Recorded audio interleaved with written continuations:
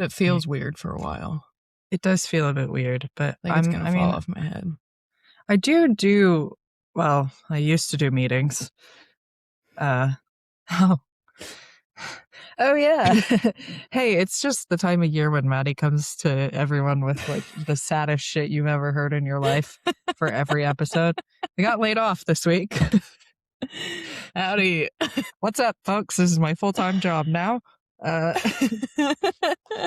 If only we could get paid. This and if I could get paid for playing Zelda, I'm still gonna try to find a way to scheme that. To be honest, you should be a streamer. I would watch Twitch streams of you playing Zelda. Yeah, I know, but like only you would watch Twitch streams. I did mention it to Oshin and said, so how hard is it really to get into streaming? And he was like, incredibly hard. I was like, right, okay. Never mind, I guess. What about feet pics? You could sell some feet pics. Yeah, I guess I could do that. I mean, I've heard that's pretty lucrative. I have relatively nice feet. But the good news is that I got a fat severance payment, so oh hell yeah, I'm doing okay for right now. Love that.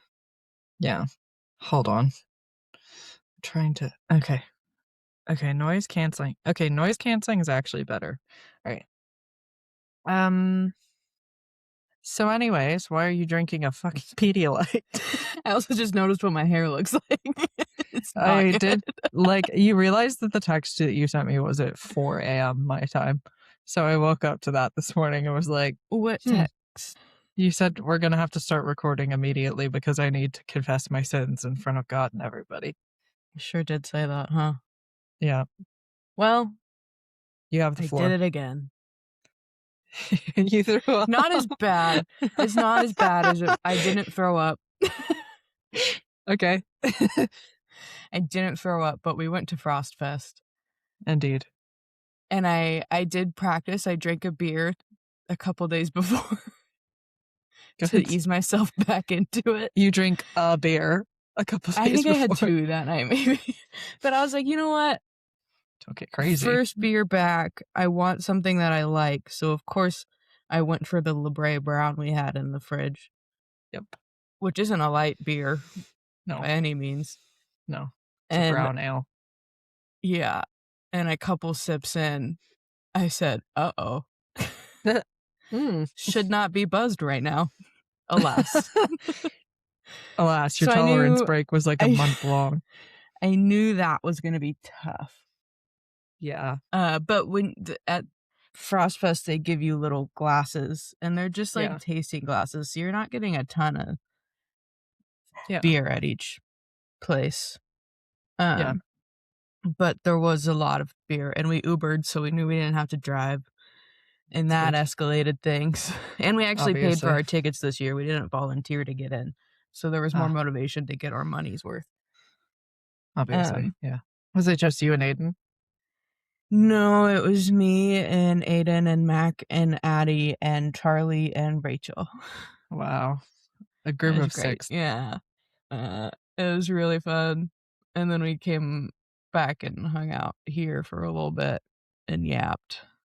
And then, as you do, Aiden went upstairs to go to sleep. And so it was just Mac and I just reminiscing. That we were woman like, can put you down beers. You go to bed. We're just hanging out. We're chilling, you know? I don't remember what time I went to bed. Around when I texted you, I think. Okay. So that was probably not that late then. I think we had a decently, I think I was in bed by like 10 p.m.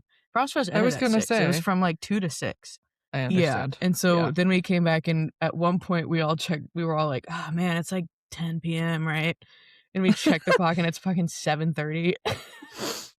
We're like, we are ancient. We are ancient human beings. That's the thing about day drinking. When you start drinking at 2, it becomes 10 p.m. within a couple hours. Yeah. The thing about day drinking is that it will kill you pretty quickly. Mm-hmm. I really like your Pedialyte. That's really cute. Sponsored. Is it? Electrolyte. Oh, it's off-brand. Electrolyte. Yeah. Not electrolyte. Electrolyte. It's electrolyte. Sponsored by Electrolyte. This episode. Incredible. Wow. I was fine when Okay. I woke up this morning, and then about 30 minutes ago, the hangover started to hit, and that's why I was like, I can record now. Please, it's only gonna get worse. Put me out of my misery. Okay, fair enough. We were watching a movie, and so I was like, I want to get to a good point in the movie where we can stop. Oh, that's fair. I was like, I don't want to really do it at 6 p.m., but like I'm willing to do it at 6 p.m. Basically, it all worked out really well because we had a laundry load that we needed to hang up, and then Ashin has a football game that he's watching. So anyone, if you hear any interruptions, he has already said. He has already pre-warned. He's forewarned. Yeah, he's pre-apologized. He's forewarned me that that could happen. He said, and I quote, if Liverpool scores, it's good for Arsenal. So that is cause for celebration, I believe is heard his exact quote. Right. So, and you know what? Fair enough, Ashin. Good for him. You celebrate in whatever way you please. Yeah. We've got chili in the crock pot, so I'm happy. I'm having a good day. Man, I haven't had chili in so long. The last time I had chili was your dad's chili. It is my dad's recipe as well. Steak chunks, right? Yeah. Instead of ground beef. Yeah. It's really good.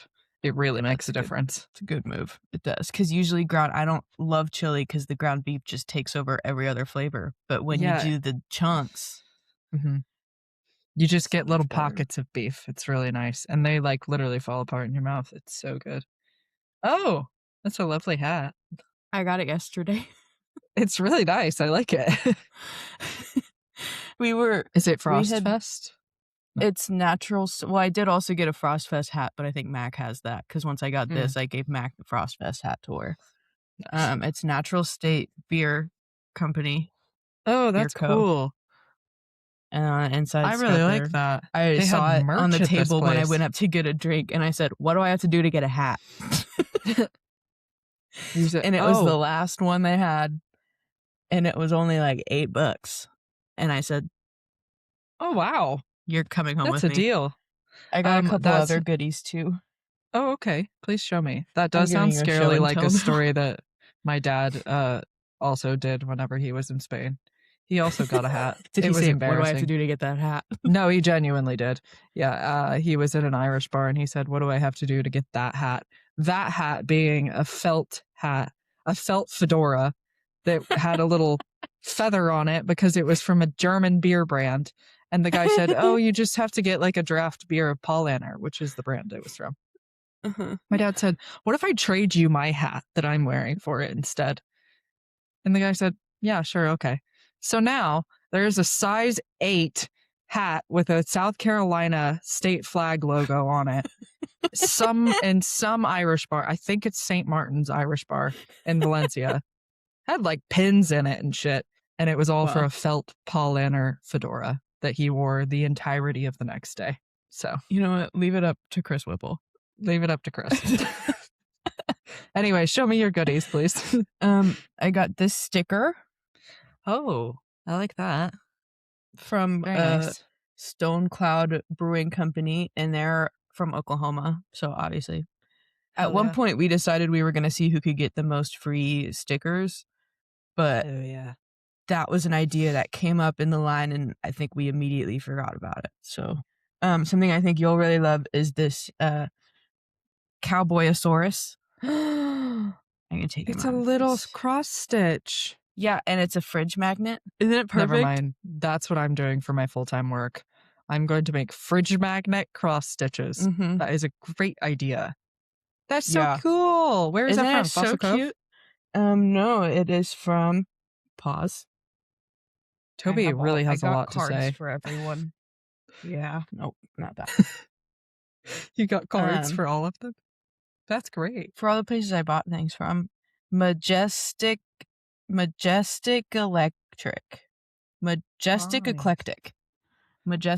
Eclectic. Reading. Nice. But she was really nice. She had a lot of small things in like tiny little like potion jar looking things with I really love that. Yeah, I love little things.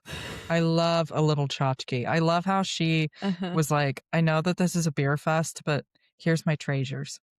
And please, you know what? Peruse my wares. And she was worth it. It worked. And then I got I saw there was Ozark Impressions jewelry. Oh. Their logo was an ammonite, so obviously I lost my shit. Yep. And I got bronze ammonite necklace. Oh, how pretty. Isn't that cute? It can go with your other one. You should layer them. Yeah, so I have my daytime ammonite, and now I can take it to nighttime if I need to get dressed up. Oh, we can dress up or down the ammonite. My formal and casual ammonites. Love that. I love that for you, actually. Yeah. I think that's all. There was a tent there for you could like there's rocks in my back, and you could spin a wheel if you donated $5, and it was these guys that lead free guide trips for like fishing guide trips for men with cancer. That's incredible. And so if you donated $5, you could spin their wheel, and I love spinning a wheel. And so Mac did it and I did it. Charlie just gave him $5 for a sticker because he just wanted a sticker.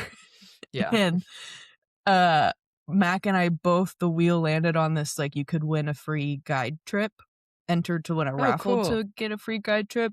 And there weren't a ton of, it was just one thing on the wheel. So we were like, 2 entries. We're totally going to get this. We didn't, but I guess we could have. You could have. Would have been cool if Mac would have gotten a free guide trip. Yeah. I asked the guy if I got it, if I could donate it to her. And he was like, yeah. He's like, sure, there's not a lot of rules. And then he here. has a YouTube, and Mac followed him on YouTube because she likes watching videos of people fishing. That does track. Yeah. Yeah. I do love that for her. Yeah. I think that's it. So was this more just stickers, a but beer fest of like the nicest people ever? That sounds so nice and cool. Pretty much. People who brew beer though, like are generally quite here's cool, my raffle ticket. Didn't get called. That's okay. But some nice person probably won. Yeah, I hope.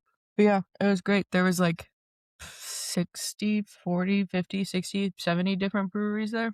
It's a big range. Over 40, I'm sure. There was at least 10. Yeah. We ran into Aiden's boss.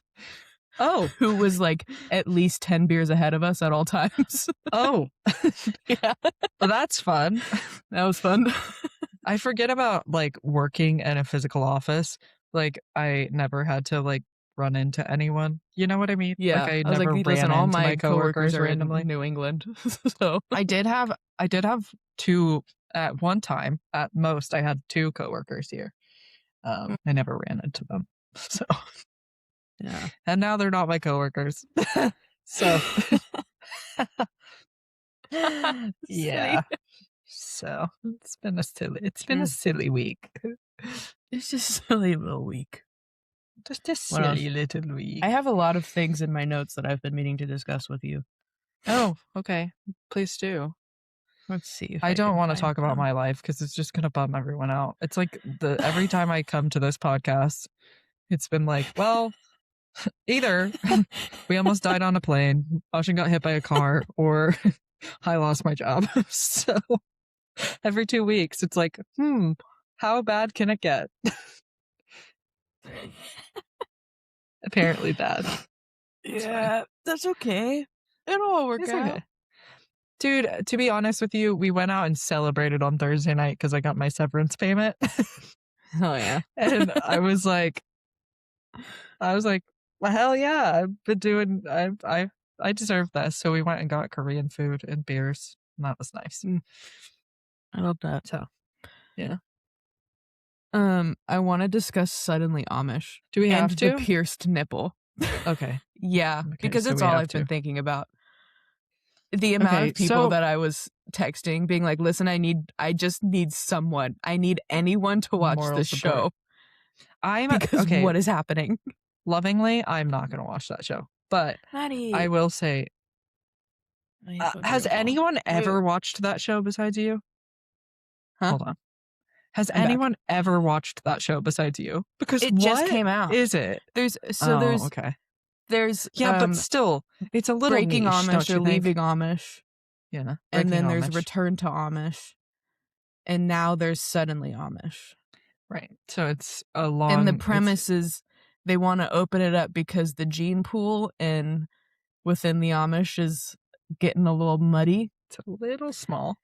So it's a little small. Yeah. So they're wanting to bring in... They had this radical idea to bring in outsiders to marry into the Amish. And that is like a thousands of years old idea, but yeah. Go off, I guess, Amish community. Radical. A radical idea of not... The problem is there's already been one guy that was chased off with an axe because they found out that he was divorced. Right? Yeah, and you can't get remarried in the Amish church if you're divorced. The thing is, they're gonna have to be a little less themselves. Yeah. Because... They wouldn't let one girl put on an Amish dress because she didn't want to take off her fake eyelashes and nails. Right, and she volunteered to be Amish? The craziest thing about this show is outside of the one girl that like cosplays Amish in her free time, everyone gets there and they're like so shocked that they have to conform and follow these rules. And so what did they think being Amish was? Like making pie? Did you do no research? Like, these shows exist. I know much about the Amish because, like, I knew these rules. These shows exist. The internet exists. I think a lot of it. Yeah. Most people in the U.S. like have a pretty good idea of what being Amish is as well. Yeah. I don't know. Just I feel like I so shocked when they ask them to do something. They're not fans of labor. No, they don't like the labor involved with being Amish. And then the date happened. Right, but you know, they sent the Amish cosplayer on a date with a real Amish boy, who looked. I can only describe him as who are the one sec.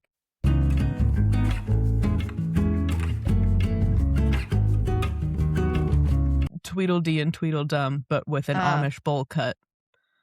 Oh, that's tough. Every time she said anything to him, he would just say, "Okay, okay."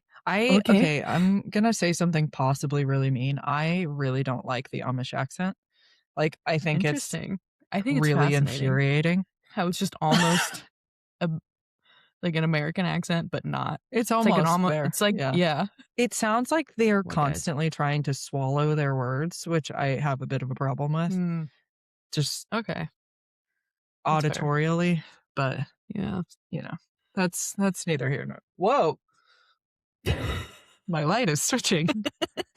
It didn't like that one spot on the table, I guess. Okay, not a fan. But yeah, so this dude's given one-word answers to all of her questions, and then she starts talking about how she has a few tattoos, basically being like, is that going to be accepted if I become Amish? And he is like, again, I have some tattoos, and both of my nipples are pierced. And it took me an hour to get through this probably 30-second scene of the nipple piercings. Because at first, she's just like, oh, wow. That's crazy. What? And he goes, yeah, you can feel them if you want. So then you just... Which is an abnormal thing to say. Puts her hand up and she's like, well, your nipple's hard for sure, but I can't feel the piercings. I'm like, that's a real thing that you said out loud. And then he was like, well, he was like, well, I don't know how to show you. And she was like, well, you can just turn so you're like a little bit hidden from the camera. Not hidden from the camera, but he does turn a little bit. And then he just pulls his titty out. And sure enough, she's pierced. And I do feel that was probably not a professional piercing. I highly doubt he took his buggy to the piercing pagoda, right? I mean, the piercing pagoda is a defunct business. The buggy pulling up to the tattoo shop. What's up, boys? Who wants to get my titty a pierce? I just haven't, like, I really can't stop thinking about that there's an Amish man out there who looks like he should be standing in a field licking a lollipop, but instead he has both of his nipples pierced. Does he look like he kind of like is the Shrek like there are that kid? Yeah. Like kind of like that. It was a wild experience. And she was like, at the end of the date, she's in her talking head, like debriefing, and she's like, I don't know that there's a romantic connection, but it's interesting to know there are some bad boys in the Amish community. And also, I mean, so there's not a romantic connection, but you did willingly and voluntarily touch his nipple. Right. So, and made a comment on how hard the nipple was, which felt like she didn't need to do that. It took me at least 30 minutes to get through that scene because I kept pausing it to send you pictures of what was happening. I know. I wish, you know, it is what it is. You know, it is what it is. Suddenly Amish. Everyone go watch it on Discovery Plus. Suddenly Amish. I mean, you have dug deep into the bowels of reality television, if you will. Yeah, I don't know where else to go from here. I might suggest that you seek help, but it's fine. I know that our therapist will hear about this. I'm not fully paying attention to every reality show I watch. I know. I watch them while I work because I need the background noise. It's how I listen to podcasts. Yes. Because I tried recently listening to, I put on And That's Why We Drink while I was working, and it just didn't hit the same. It was still good. Like, I like listening to it when I can pay attention to it, though. That's the thing is, like, I enjoy listening to podcasts whenever I can concentrate on, like, there's only certain podcasts I can listen to in the background, like, and they're podcasts that I don't care very much about. Like, I listen to the Mythical Kitchen podcast whenever I don't care what's going on because, like, I don't have a big stake in what they're talking about, and usually what they're talking about is not serious anyway. So, like, but, it scratches that itch, I think, the reality TV itch for me. So, yeah. So, if anyone has any other reality show suggestions, in conclusion, all that to say, I clearly need more. I need more. So, if anyone wants to recommend, have you watched any of the like the medical ones? Do you like those? Like Married to Medicine? Or like no, that's not what I was thinking of, really. Not the Real Housewives version. Weirdly enough, that's not what I was thinking of. I was thinking more I watched that. Like, I'm not a huge Dr. Pimple Popper person, but like, I know what you're saying. There's several other ones that are like, you know, in high school, I watched a lot of Dr. Miami. Yeah, we have talked about this actually. Your fascination with Dr. Miami, because I've talked about the fact that we watched the foot ones. We just watched another episode last night of a bunion surgery, so that's something you're interested in. You know, I'm more into like, I think I'm just fascinated by how rich people like exist, or just other people outside of me, like how they do their day-to-day life, and it scratches that itch. That's fair. All of, you know, like how does one suddenly become Amish? So far it seems as though they don't.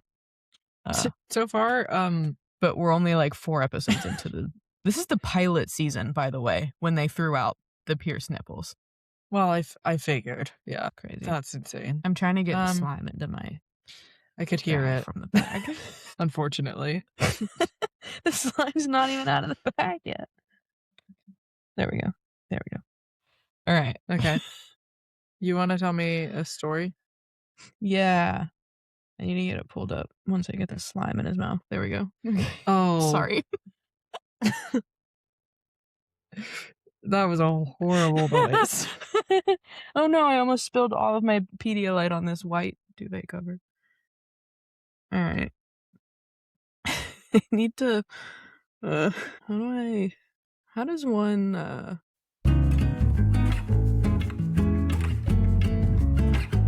Sorry, I'm playing with a clothespin. It's might snap a few times. So, well, originally, pause it, gotta stretch.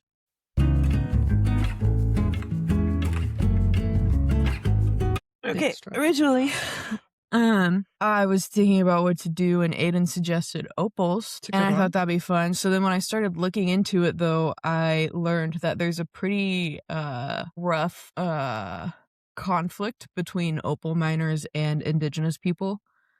Yeah. And just saw yeah. And so as I looked more into that, I thought if we ever do opal, it should probably be a shared brain cell situation so that part could be properly covered. Cool. Because I can't cover all of that, and also all of the science. Opals themselves. Yeah. Right. In one episode. So that can be a future shared brain cell. Cool. But I'm not doing opal today. Okay. We're going to talk about lichen. Okay. Hard left turn. A little different. Yeah. I did think that it was going to have something to do with the volcano thing, because you did text me about a volcano. Oh, yeah, the Lassen Volcano National Park. No, I just saw a reel on that yesterday, and I thought we could squeeze it into our. Well, see, your text does say the latter national volcano. No, Passenger Volcanic National Park. Well, I think the note might say ladder. Yep. So I got Ladder Volcanic National Park. So I got it wrong both sides. Passenger ladder. Lassen. Got it. It's the correct. Shally. That's okay. I just thought it was funny. Whoops. Okay. Continue. Sorry. Tell me about Today we're talking about lichen. Lichen is like the little green. You see it growing on almost everything. Similar to moss, but it's not moss. Lichen is a symbiotic organism. And it's in the fungi kingdom, but they're not a single organism. It's actually a combination of fungi and algae and sometimes cyanobacteria. But fungi is the dominant partner, so that's why it's classified in the fungi kingdom. Okay. They also recently discovered that there might be multiple fungi at play within a lichen species or a type of lichen, or maybe all lichen. It was like 150 years of them believing it was just this simple fungus, algae, or cyanobacteria working together. But then they noticed something and were like, whoa, maybe there's multiple. So fungi. TBD. Lots of fungi. Fungi, algae, and cyanobacteria are the main components there. So I said it's a symbiotic organism. Symbiosis is just two or more organisms that live together. So in lichen, the algae photosynthesizes and it produces food for the fungi, and then the fungi produces the structure. And together they live in places that they probably normally wouldn't be able to live alone. So it seems like a mutualistic relationship where both parties benefit, but most scientists view it as more of a controlled parasitism because the fungi kind of just uses the nutrients from the algae, and the algae isn't able to grow on its own. Like the algae doesn't necessarily benefit other than being able to live in a place where it couldn't normally. But there's a quote that kind of sums it up well. This guy, Trevor Goward, said lichens are fungi that discovered agriculture. So it's kind of like the fungi part of lichen is just farming the algae for, like, he just wants it for food. That makes me feel a lot better than saying it's a parasite. So because fungus parasites, that sends me down a bad road. That triggers We've spoken about it at length. Yeah. So the formation of lichen is layered in most situations. So from top to bottom, the body of lichens is called the thallus. And so on the top or on the outside, you have the cortex, and there's an upper and lower cortex. Sometimes, depending on the type of lichen, there might not be a lower cortex. But this is the outer layer, and it's thicker and more closely packed than other fungal cells within the lichen. And this can provide some protection for it and also can provide color depending on the environmental. I don't have words today. My brain can't work that fast. The environmental conditions. That's it. Good. Good. Great. Yeah, found it. I got there. You got it eventually. That's all that matters. That's all that matters. I will get this done eventually. So yeah, there's the cortex on the outside, and that's fungus.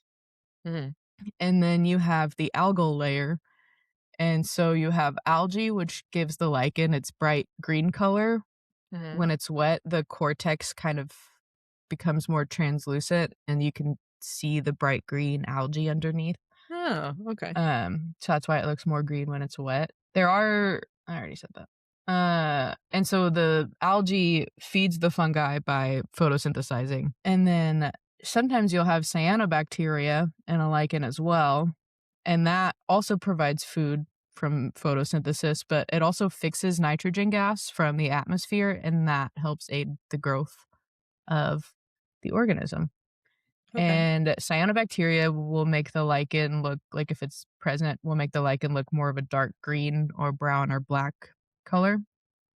Mm-hmm. So there's the cortex, the algae / cyanobacteria, and then we have the medulla. And that takes up the majority of the lichen's body. So it's made of fungal cells that are more loosely packed in the middle of the lichen body. And they're pretty thready and have thin cell walls. So it looks a little bit like cotton underneath the cortex. Huh. And the medulla provides air pockets and a lot of storage space for water. Yeah. They like And then water. the lower cortex, similar to the upper cortex, but not all lichens have it. It just is it's like kind of the shell around, is how I view it, around the lichen. Yeah.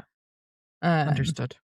And then at the very bottom, you have the rhizines, and these are little fungal filaments that extend from the lower cortex or the medulla, depending on the type of lichen, and they help attach it to its substrate, so rocks or trees or pretty much anything. And lichens don't get any nutrients from their substrate. They just attach it, like they just attach to it, similar to mosses. Mosses don't absorb nutrients from whatever they're attached to. They get it all from the top. Or will they have they do the photosynthesis and shit. They don't have vascular structures, is what I'm trying to say. Yeah. They do the photosynthesis. They don't have the which doesn't make sense, because like plants do photosynthesis too.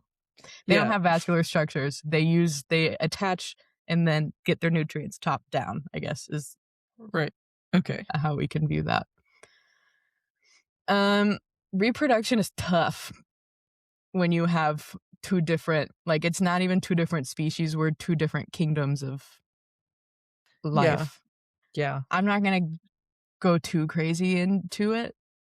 Okay. Because it's a lot, but basically lichens have these like fruiting bodies on them, and they usually look like cups or discs or maybe little hats up on stalks. Okay. That's very and cute. So when they want to make a new lichen, the fungi spores need to find an algae partner to make a new lichen. Okay. And so there's a few ways this is done. Most commonly, it's asexual reproduction or vegetative reproduction. So bits of the lichen just break off and start growing in a new spot. Yeah. And simple, effective. There's a way that they can do it. There's some ways that they can do it where I think a piece of the fungi body kind of wraps around a piece of the algae and then releases that as like spores, but then you're going to get a bunch of genetically identical lichens because you're just taking what you already have and spreading it. So there's also sexual reproduction, and I might fumble this a bit, but basically it's like a fungi bit from one lichen shoots off its spores. And those land on another lichen and maybe grab some algae from that or combine with that fungi to make a whole new genetically diverse baby. Lichen. Baby lichen. Lichen baby. Okay. But yeah, it's complicated. Yeah, it sounds The quite most common complicated. is it's just like bits of the lichen break off and start a new It seems like it would be the easiest. colony. Yeah. Yeah, that's reproduction. There's different types of lichen. There's 3 main ones plus one I'm going to talk about because I think it's silly. There's jelly lichen. So in some lichens, there aren't layers of fungus and algae. They're all in cyanobacteria. They're all mixed together to form one big layer, and it makes the lichen gelatinous. Yeah. Ooh, That's jelly it's so lichen. squishy looking. Right? And then, so the 3 main types are foliose, fruticose, and crustose. So foliose lichen, they have a pretty clear top and bottom cortex that you can see. They look kind of flaky and leafy. You can peel them off of their substrate. And the Yes, top I'm and bottom familiar with might be these. different colors. Yeah, it's probably the main, like when I picture lichen, this is what I'm thinking of, is foliose lichen. You can peel it off of the substrate. It has a clear top and bottom that might be different colors. Yeah. And then we have fruticose lichen.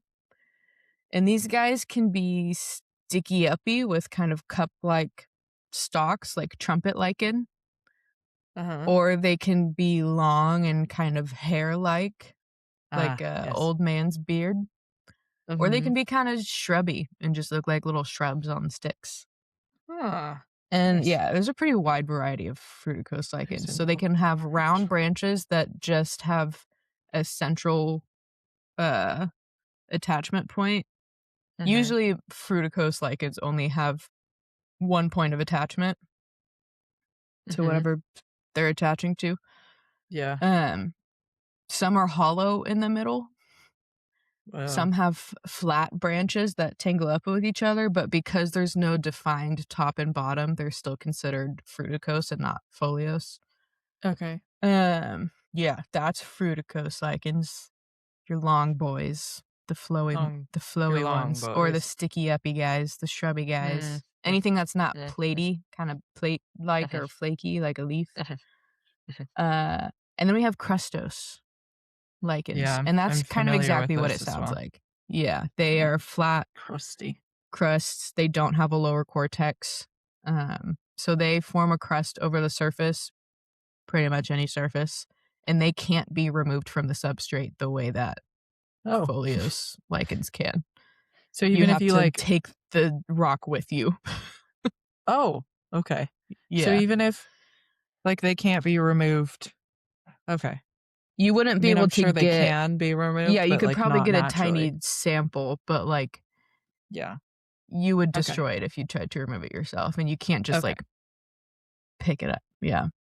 You can't peel it off the way you can the foliose lichens. Understood. And crustose lichens can be a lot of colors, like orange and yellow and red, and then your classics, greens and grays. So those are the 3 main types of lichens plus jelly lichens because they're silly. So what is lichen good for? Lichens cover about 7% of the Earth's surface. Wow. Which is kind of a lot. That's a large number. Yeah. Right? And but I guess it's like the kind of thing that you would see and not think about it, you know? Yeah. Well, I mean, you would, but like I think I love seeing your average everyday person would not be like, lichen. You know? Yeah. It's just like, but if when you start looking for it, you will see it everywhere. Yeah, true.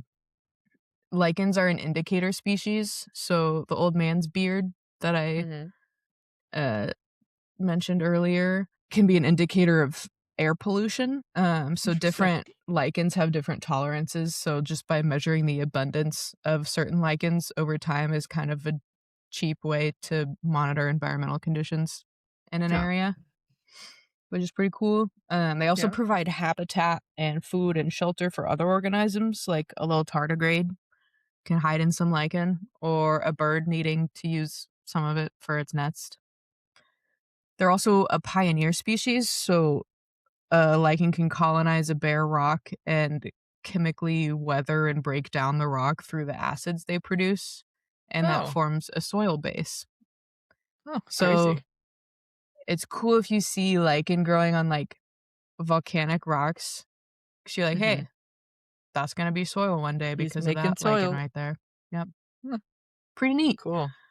They're also good for nutrient cycling. So cyanobacteria are nitrogen fixing, like I mentioned earlier. They take nitrogen from the atmosphere and they make it available for plants.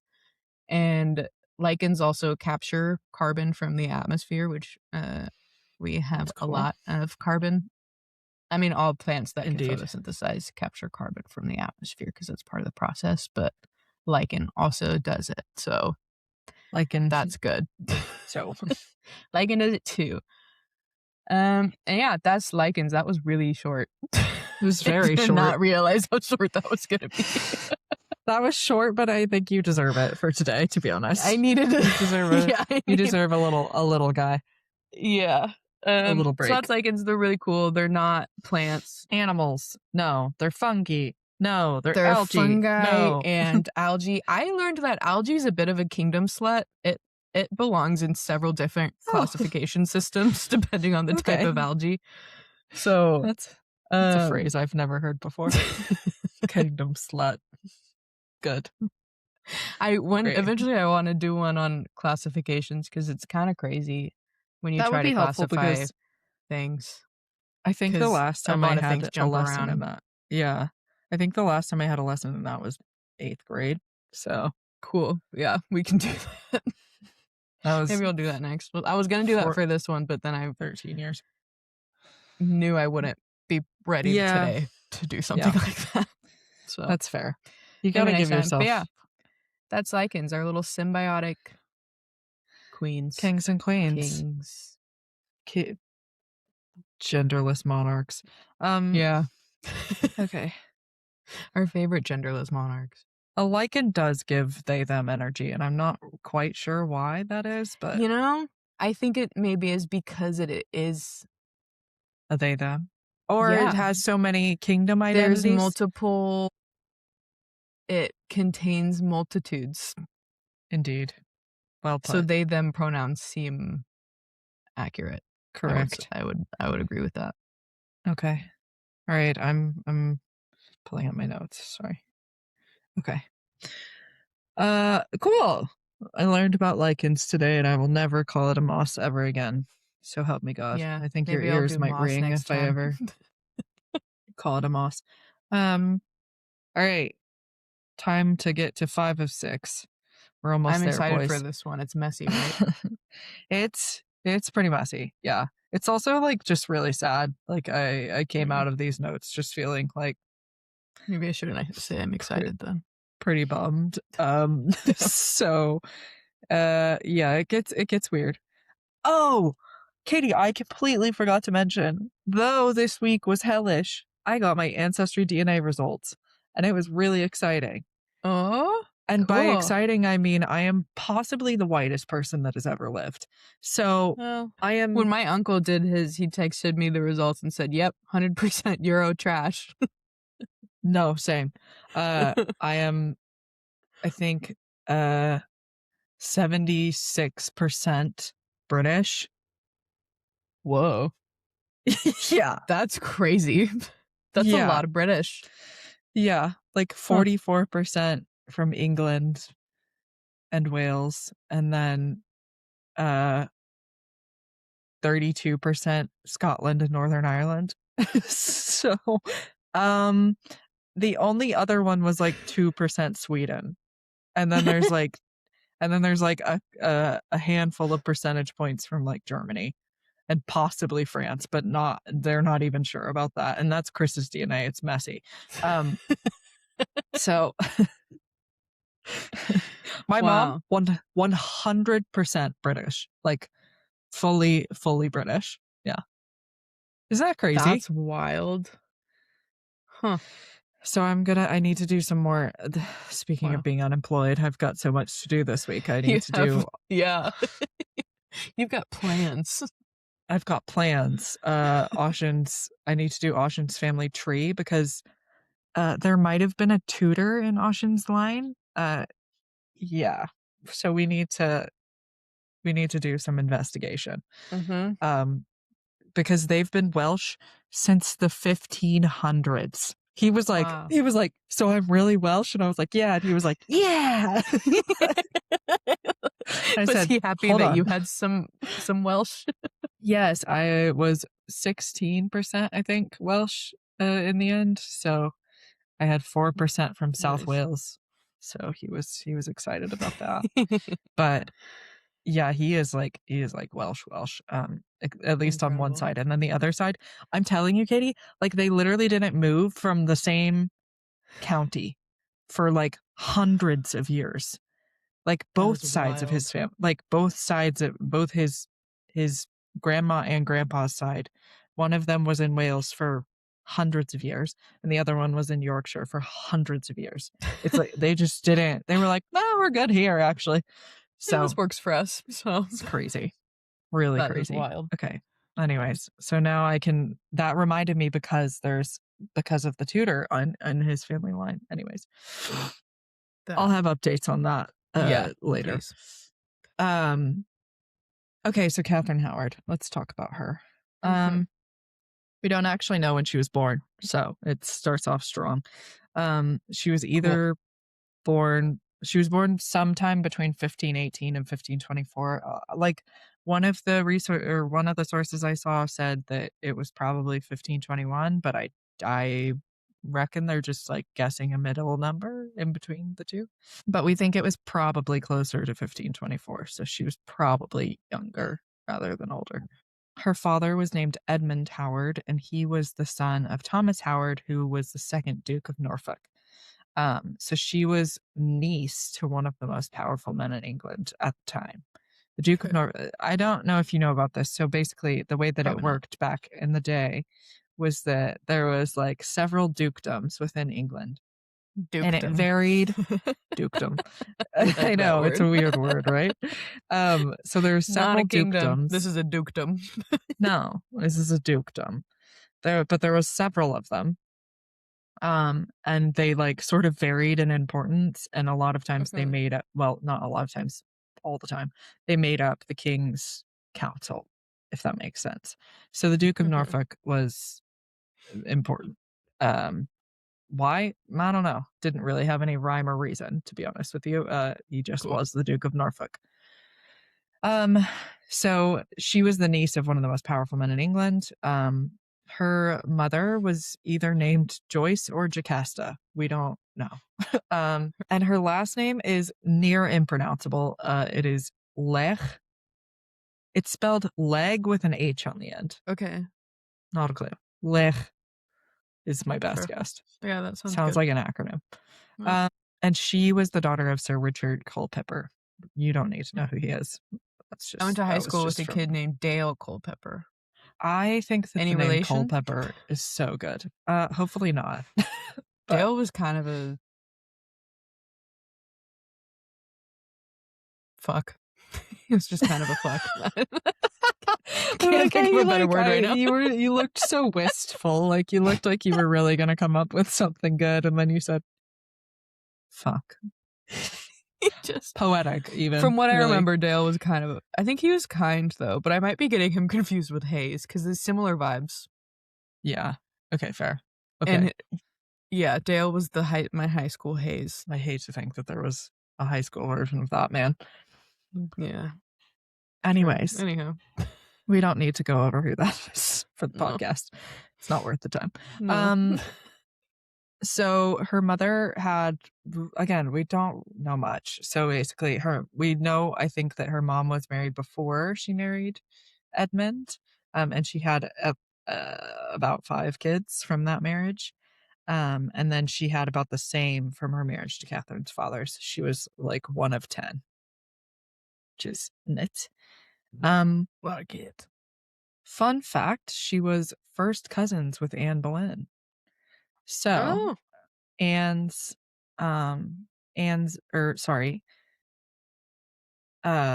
he beheaded the cousins because she gets beheaded too, right? I won't spoil that. Sorry. No, it's not a spoiler. I mean, it was like 500 years old. It happened a long time ago. Yeah. Surprise! Henry VIII killed his wife. Dang, that's crazy. He went for cousins. I know. I know. Okay. So, and it's really interesting the way that their stories line up and quite sad, but so for now, Catherine's dad was the brother of Anne Boleyn's mom, I think. So they were first cousins. Okay. And also she was second cousin to Jane Seymour, because remember Jane Seymour was also cousins We with keep Anne it Boleyn. close. Yeah. Yeah, we keep it they close in this. kept it really in the family, like the Amish. Much like the Amish. much like the Amish, everyone was marrying their goddamn cousins. And the Amish, I think at least they try not to. I don't know that you can avoid it at times. Well, yeah, but then you're chasing people who have been divorced off with an axe, and it's like one or the other. The guy who chased him off with the axe, by the way, was currently shunned for having a cell phone. So, like, it's not like he follows the rules either. Right. Okay. So, anywho. Shunning. Okay. Anyways. So, like I said, we don't really know much about her early life, except her mom died when she was young, and then her dad was like, here you go, stepmom.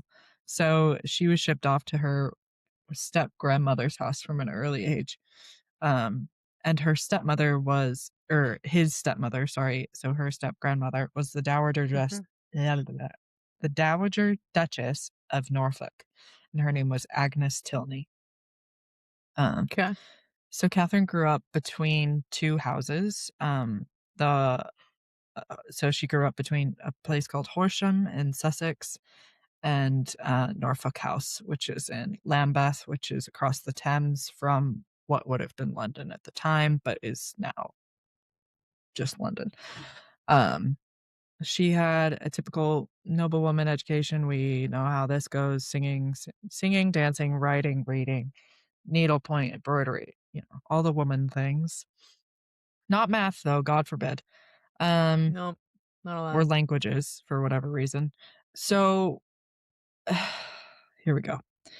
We get into the sad shit really quickly. Sorry. Okay. So basically, a lot of historians like to say that she had a relationship with her music teacher.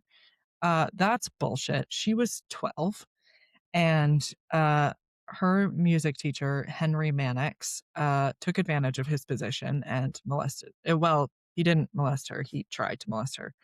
It didn't go so far as sexual encounters, but it could have, is Heavy the grooming. implication. Heavy grooming. And when the Dowager Duchess found out, she struck Catherine, even though she was. So basically, the story is that the Dowager Duchess came in during a music lesson when this dickhead was doing whatever he was doing to Catherine.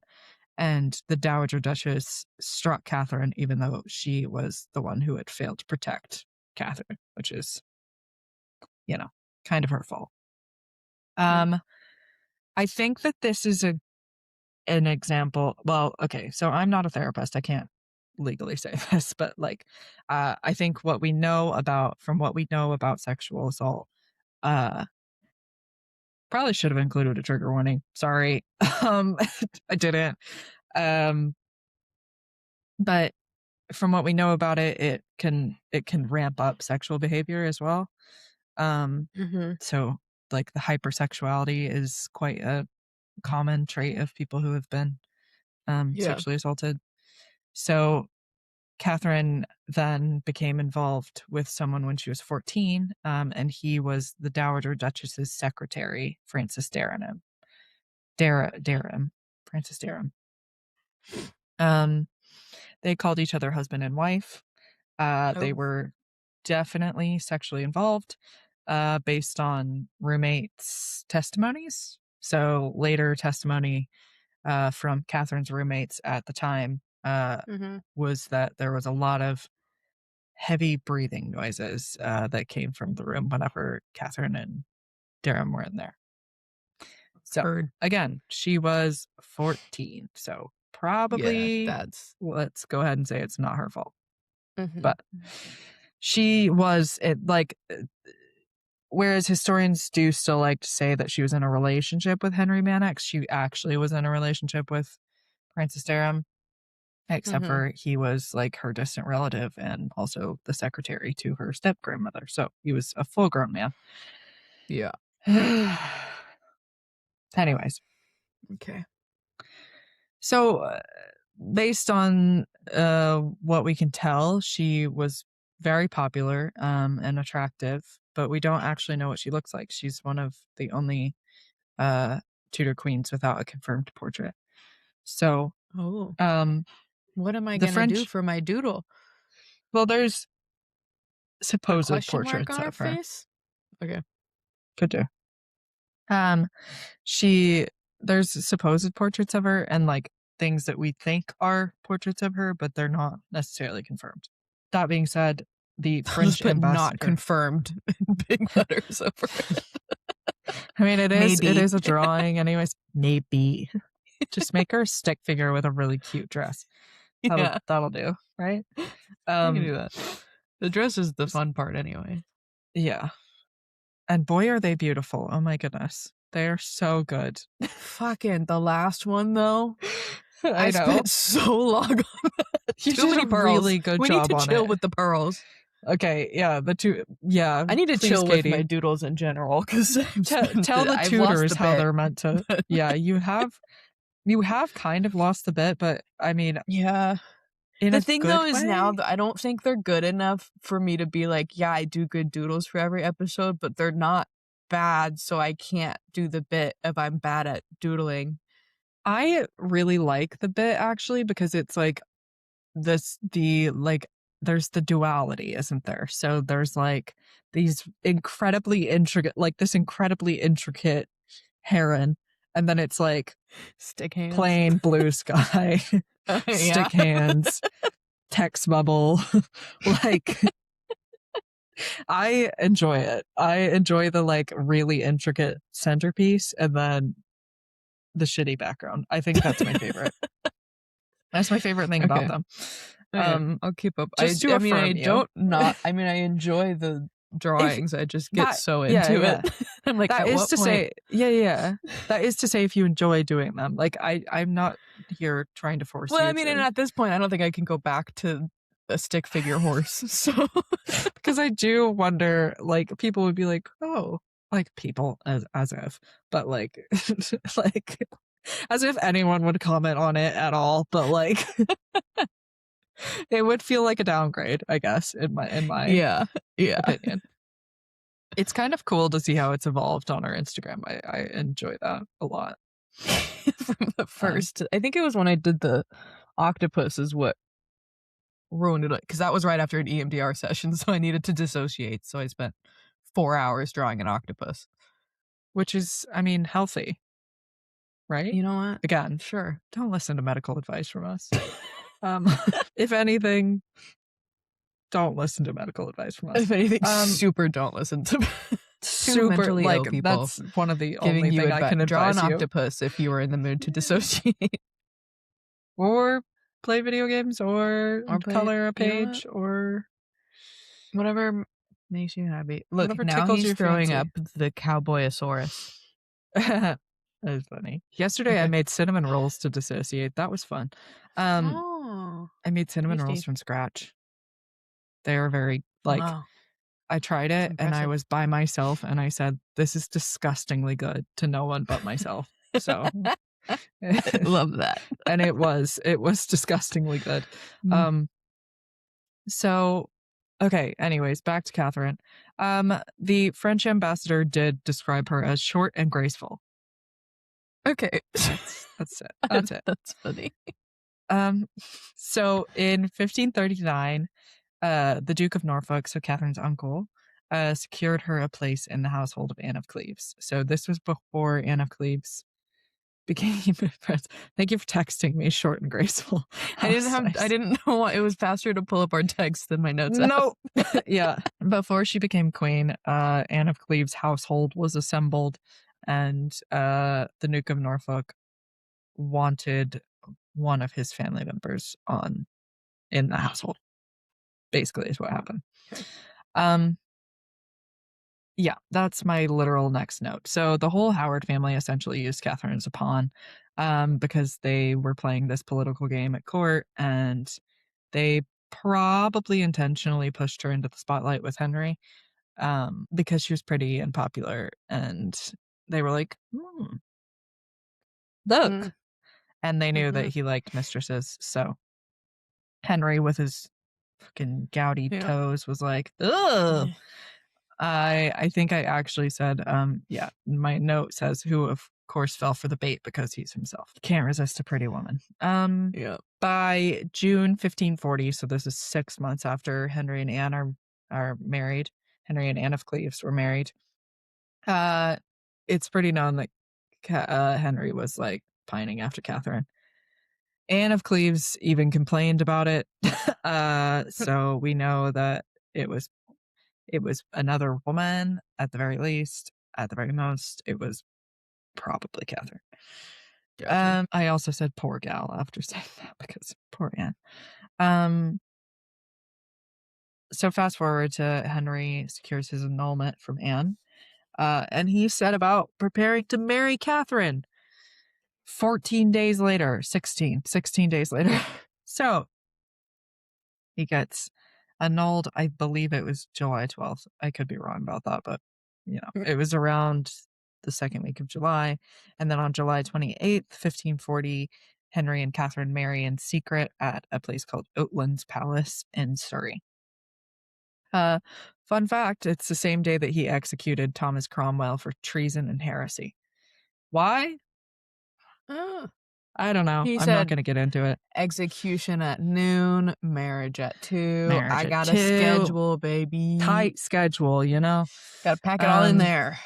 Yeah. Big day. So that's Henry doing Henry's crazy things. To do both of those things in one day. So Henry, and also I think, okay, I'm not going to get into it, but I think the reason why Thomas Cromwell was executed was partially because he orchestrated the marriage to Anne of Cleves. But do I know if that's why? No. So whatever. Cool. So Catherine was formally acknowledged as queen on August 8th at Hampton Court Palace. She took the motto, and I'm gonna speak. Y'all mind if a white girl speak a little French tonight? French people are white. That was stupid. All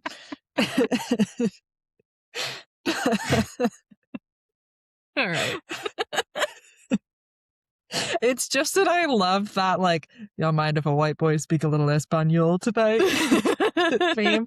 So I just wanted to say it. Anyways, here I go. That's good. Non autre volonté que la sienne, which in English means no other will but his.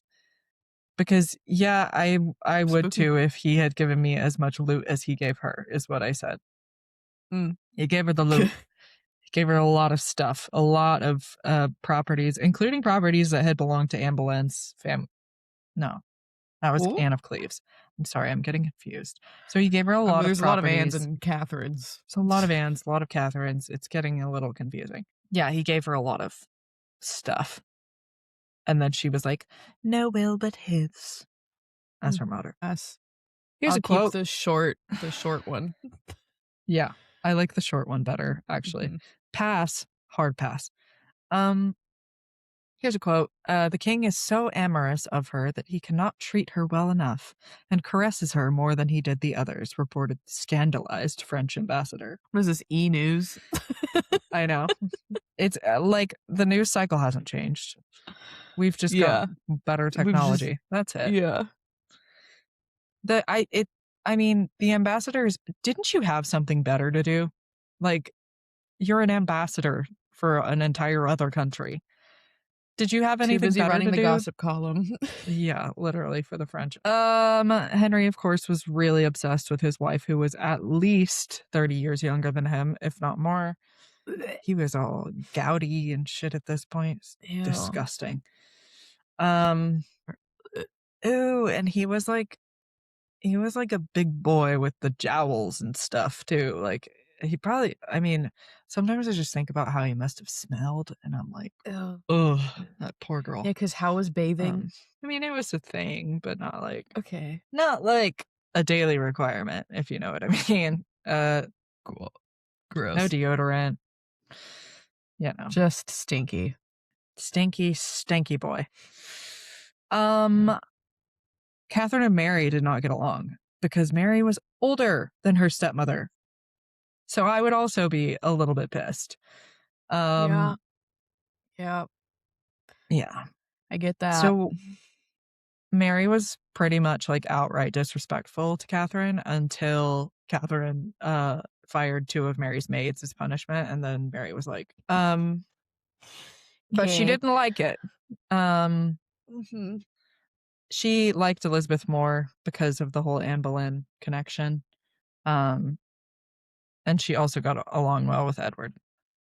She gave Elizabeth jewels, apparently. Anyways. So there was no talk of children anymore, which is weird. There was like a rumor that she got pregnant in early 1541, but it was like either she miscarried or she just wasn't pregnant. She's just like had a big meal, you know? So I think Henry's health is probably more of a concern to him at this point than having kids. So he didn't really care. There's just not much history about it. Fair enough. Or maybe he just, is so fucking old that he can't. Well, he died when he was like in his 40s. Oh, so he's not that old. He's just gross.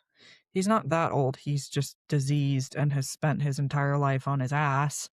So he's not like cute. No. Gotcha. Probably has got swamp ass so bad. Oh, okay. I'm making myself sick thinking about this. We need to move I'm on. sorry. We need to move on. Let's move on. So Catherine Do not forget that I'm hungover. I know. I'm sorry. I did. That thought did cross my mind as soon as I said swamp ass. Catherine was shaping up to be a conventional queen, a nice queen. She even liked Anne of Cleves. Like they even got along once Anne was out of the picture. So a quote, at Greenwich in 1541, following the convention for royal consorts, Catherine successfully pleaded with her husband to pardon some prisoners. She later interceded on the behalf of other prisoners and promoted the interests of her family. So that was kind of the only official thing we know that Catherine did. Yeah, she was just a good hostess. She and Anne of Cleves danced together at Christmas and they gave each other gifts, and it was like she was like a good person. Like everyone sort of liked her. As much as, she wasn't like rocking the boat, basically. Gotcha. Yeah. Until her old husband showed up at court because she's now queen. And so Francis Derham is like, give me a position, give me a position, give me a position, or I'll tell the king that we had an affair. So classic men. I know. She eventually, though, gave in and made him her personal secretary. So I feel like she could have just put him in a position that he would be away from her. I know. She didn't have a lot of foresight, this girl. Just keep in mind, also, she's like probably around 17 at this point. Yeah, and has been manipulated since she was 12. So yeah, she's probably around 17 at this point. Has had a big 5 years, I think. Yeah, it's not her fault. She's a little naive. No, she is a child. She's legitimately a child. Her brain is not fully developed. So then also, Catherine starts to receive private audience requests from Thomas Culpeper. So he's a distant relative of hers, and he's also a sexual monster. So there is evidence that he had previously been accused of rape and murder. This is a quote. But he escaped punishment thanks to his favor with the king. Ew. Yeah. That's crazy. That happens a lot here. Yeah. Weird. Hey, remember how I said things just don't change? Yeah. Yep. Yeah. Powerful men will never face consequences for their actions. Yeah. And it's crazy to have to live with that rage boiling inside of you. All the time, yeah. Anywho, So he was so he was a member of the King's Privy Chamber, so that's why which is kind of like the King's ladies in waiting, that's why he never faced any sort of accusations or charges or anything like that. So in the summer of 1541, Catherine and Culpeper ostensibly started an affair. Whatever. So they carried it on while the court traveled around England because they were both traveling with the king because he was part of the King's Privy Chamber. She was the queen. So they were still having an affair even when they were traveling with Henry. Catherine, this is actually a really famous letter. It's called the Culpeper letter, because we know it's in Catherine's hand, and it said, quote, "It makes my heart die to think I cannot always be in your company, cannot be always in your company." And then she signed the letter, quote, yours as long as life endures," end quote. So, this was obviously a very incriminating letter for most of history. But I think a lot of modern historians have gotten a hold of this and been like, hold on a second. This man was a notorious monster, was truly a murderer and a rapist. And Catherine has been around men like this her entire life, obviously. I tend to lean on the side of possibly she was just trying to keep him in her favor so he didn't murder her. That's fair. Rather than she was in love with him. Hope. Yeah. Which, because you look at it and she's been with men in power her entire life. And the one way to appease men in power is to cater to their needs. So she probably was having an affair with him. Oh. Good day, Toby. Toby's here. Boof. And he's gone again. Oh, he's probably going to go yell at Aiden from the top of the stairs because that's where his echo travels the furthest. He's figured out how to amplify his sound. Good. He is so smart, and yet also not a lot of thoughts, Yeah. The light's on, but no one's home. Type of thing. Yeah. For sure. So anyways, so Catherine, I think, probably was dealing with this the only way she knew how, and trying to be very careful around this man who was clearly and obviously very dangerous. Possibly not a willing participant in this affair is what I mean to say. That didn't really help her, though, because everything started to sort of unravel for her in October of 1541. So Thomas Cranmer, who was the Archbishop of Canterbury and also one of Henry's advisors, was told by a member of Catherine's childhood household about Catherine's affairs with Mannix and Derham.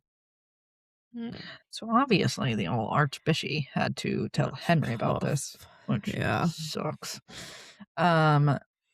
Henry apparently reacted with intense shock and had no inkling of this, and immediately, though, ordered an inquiry. So through the course of this inquiry, quote, Jane Boleyn, Lady Rochford, who was the widow of Anne Boleyn's brother, George. So she's not Boleyn through Anne, she's Boleyn through Anne's brother. She was a close attendant of the Queen, and she was interrogated and eventually confessed to having facilitated Catherine's meetings with Thomas Culpeper, end quote. So based on this evidence, based on this confession, Catherine was confined in the monastery of Sion, where she eventually confessed on November 8th, 1541, that Derham had used her, quote, in such sort as a man doth use his wife many and sundry times. And eventually she also confessed to affairs with Mannix and Culpeper because she didn't have a choice. So, damn. Catherine